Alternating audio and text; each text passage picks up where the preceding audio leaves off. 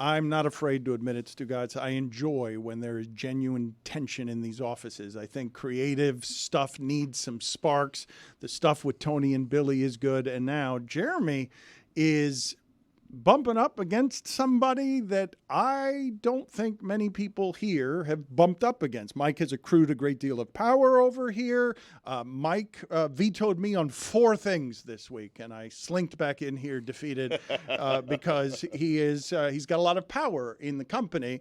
And Jeremy continues to badger Mike. Well, that and you trust him. I mean, well, that's why he has a lot of power in the company. Yes. I mean, he protects you from you. He protects me from me. That's what he does. Yes, that's one of the many things that he does. But also what he does is he sort of rises up like a cobra. Like a cobra. His back gets real wide. It's a good strong snake. I like it. Keep going. When the back room dares challenge any of his... It's a garden snake. I would have been pissed. His takes. And Jeremy is doing something that hasn't happened around here real often, where he's saying, no, Mike, you're kind of wrong about some stuff regarding the Miami Heat, and you're beginning to piss me off with how you go back and forth on the Miami Heat.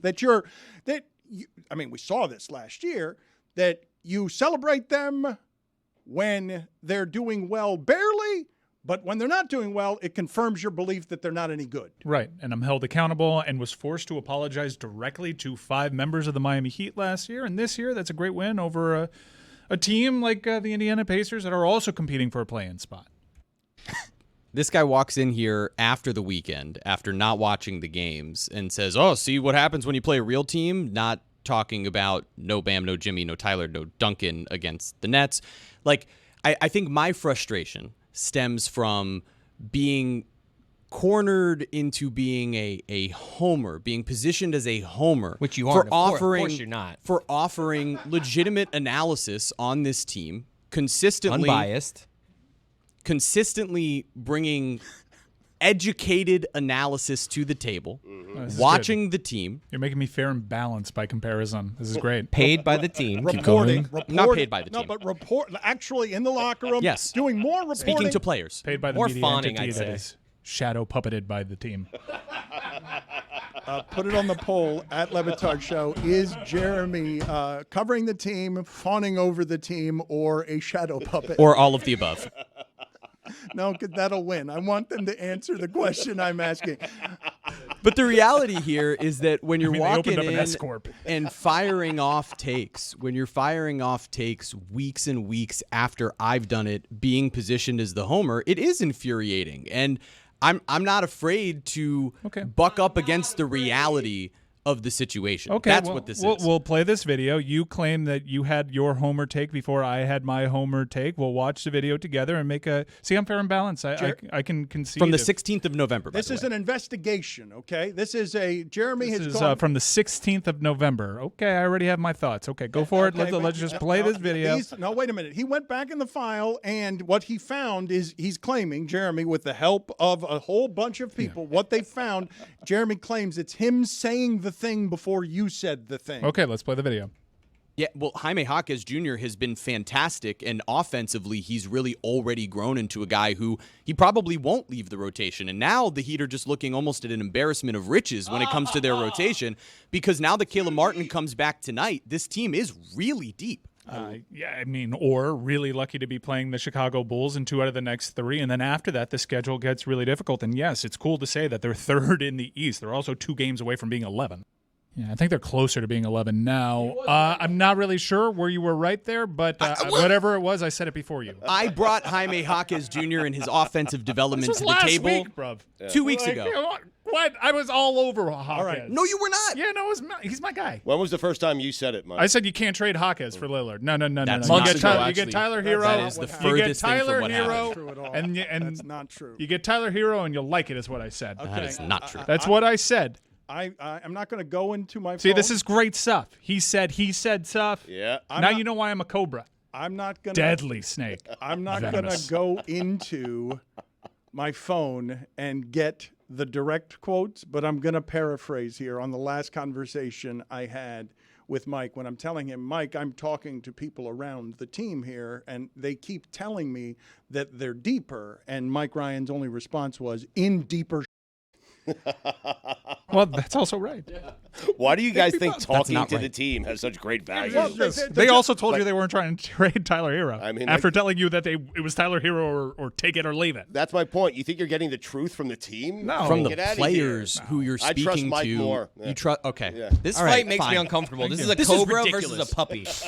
Okay, well, we will continue to stoke these fires. Maybe we can figure out a way after many years to make Miami Heat talk interesting. I doubt it.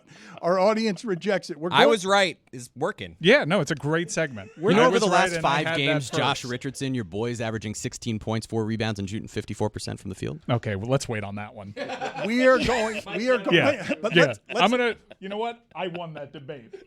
He already knows. I won. After 82, he already knows he won. Yes. When he dribbles that ball off of DJ Khaled's pillow, you're gonna be coming back to me. We are going to open up the club here, Stugotz, in just a second. But I wanted to ask you what you imagine. I shouldn't even be asking you this. You're a terrible person to ask. Well, thank you. What do you imagine an embarrassment of riches looks like? Like being embarrassed by Caleb Martin, clearly. I can't imagine being embarrassed with any sort of riches. I mean, Oh, is this Haywood Heightsmith over here? You guys are going to look so stupid. I'm just saying, and to be embarrassed. Oh, I'm so rich. what's there to be embarrassed to about? be embarrassed by your Kevin riches. Love. I'm simply asking what that. I'm not asking in basketball. I'm asking in life. Like walking into a room and I'm like, there's a gold chalice. Wow, there's a whole lot of opulence over there. I have someone playing a harp 24 hours a day. Am I embarrassed? No, not yet. How about a flume that just gives me milk chocolate and gold? Like, what does an embarrassment of riches look like? I think you've got to find somewhere in like the upper middle class, because I think the only way that you could be embarrassed by the amount of riches you have is if you were embarrassed enough to not become truly, truly so rich that you have so many riches. But I know Nicolas Cage is doing a movie right now where he plots to steal Orlando Robinson. What? I don't think He was pretty good last night. that the people who are richest are ever embarrassed. Right. Why would you be? Or ever. Well, I don't know where the phrase comes from. Who started that? Who was the initial person to be embarrassed by their riches? Is that Don't Thomas? look over here. Is that Thomas Don't look. Bryant over there? But that's why the Heat are perfect, right? Because all the lottery picks are mid-round or middle of the first round lottery picks. They have all these undrafted guys, so they're not the rich of the rich who've been drafting at the beginning where it's all these high-touted prospects. They can have an actual embarrassment of riches. Stop talking about the Heat. I'm speaking on behalf of the audience there. It's just a sound I heard echoing as if it were in the Grand Canyon being shouted by the millions of people that Spotify isn't giving us credit down for. the middle. Down the middle, Jeremy. It was John Ozell, by the way, back in 1726. 2 games out of not being in the play-in. French playwriter. I'm amazed that you know that off the top of your head. Yes, I mean- Let's celebrate Stugotz's vast knowledge of French literature by opening up the club on a Friday. Johnny O. Yeah.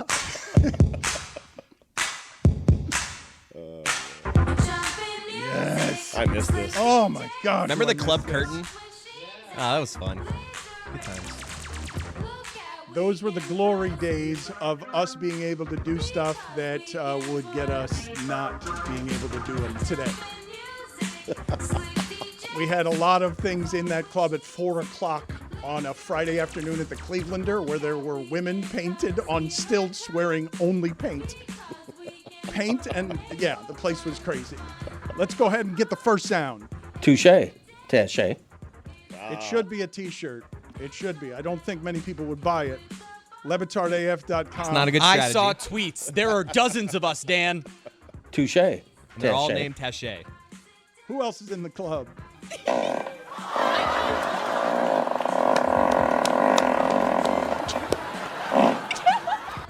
Stugotz and Tony don't know what that sound is, and I'm going What to was play it that? again. I'm going to tell you. I'm going to tell you in a second what that is, and you guys are going to laugh the way we did yesterday at this. This is.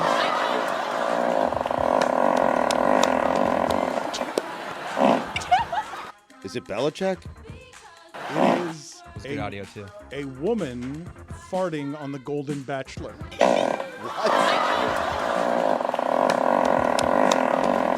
She was doing one of her confessional interviews and was like, hold a second. Yeah, Just lifted farted. And just ripped? Lifted her leg, had a lot of ice cream, and then hit it at the end by like staring at the camera because she knew she had the crescendo finish. Who else is in the club? GFY. Okay, yeah. Why GFY? Who else is in the club? With Dolly, I'll admit it. I said it. You didn't say it. Oh, he said it. You didn't say it. You know what I You said. said it with your eyebrows. You did not say it with your voice.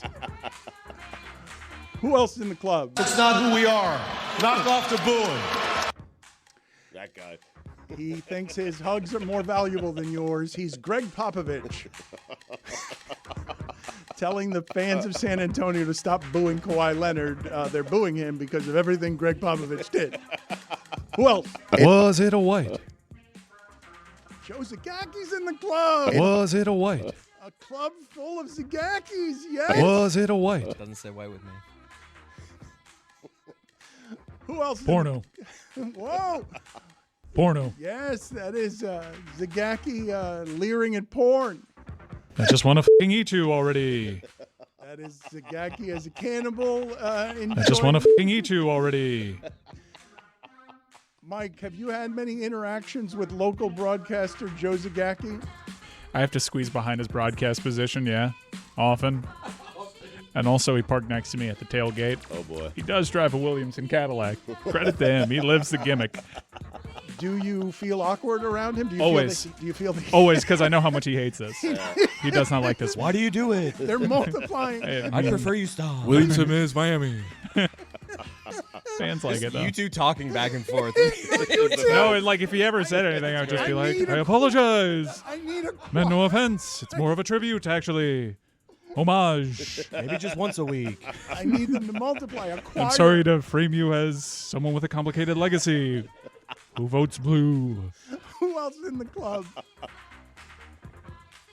Give me a second. I'm sorry, you tried to do the character, produce the show, and be Zagaki while roiling in the juices of Zagaki Hates You. I was eating Cherry's Jubilee. Back.